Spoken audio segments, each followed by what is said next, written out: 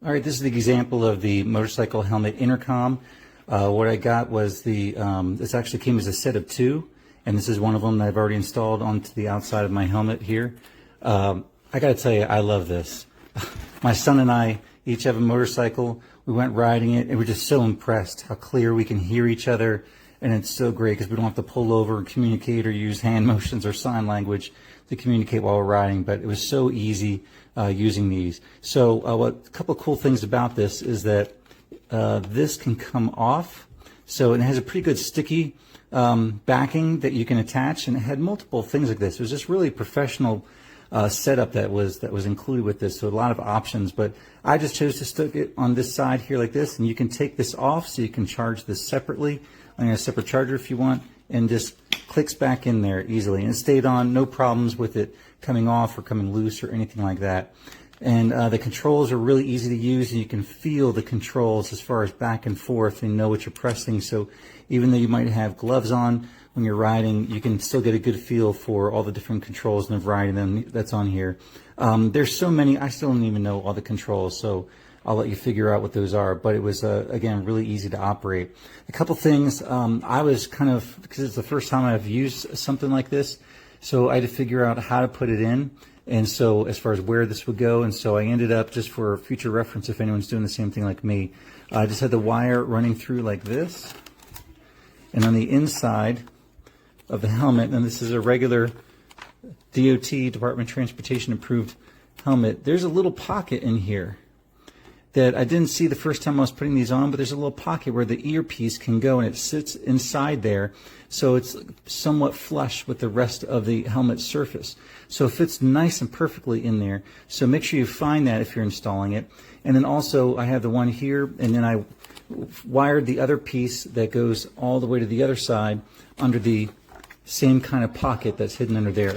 For the microphone, I just wanted to have it coming out on the left side, so I just happened to put it here, but it's really easy to control for getting it out of your way or moving it, and it didn't feel like it was a problem as far as putting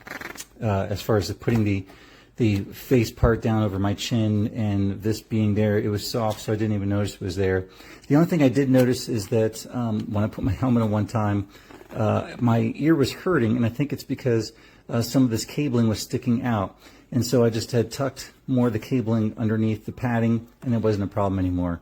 Anyway, so I just would recommend looking for those different spots to place the earpieces inside there and getting this little tucked away. And it was a great intercom. Again, my son and I love it because it just works so well. Once we turn each of these on, after the first time getting it connected, it connects right away to itself.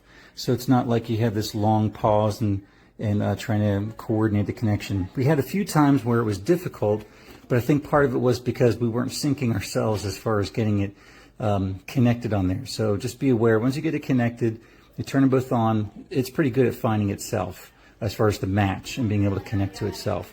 I haven't used the phone operation much on it at all because he and I were just communicating directly with each other. But again, everything else seemed to function just great. Listening to music was really clear and sounded great too.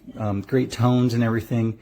And again, really clear in communicating with my son. What I noticed is that when we're on the highway and riding with these, and I don't know if this is similar to other intercoms, but the further we got away, the harder it was. And I think when it was really windy too, a lot of other distortion that was around us, I noticed a little bit of a gap in hearing each other. But I think, again, it's because of the environment. Then when we were driving in different conditions on some back roads where there's less obstruction and less wind, it was a lot easier to communicate, even though we might have had the same distance between each other.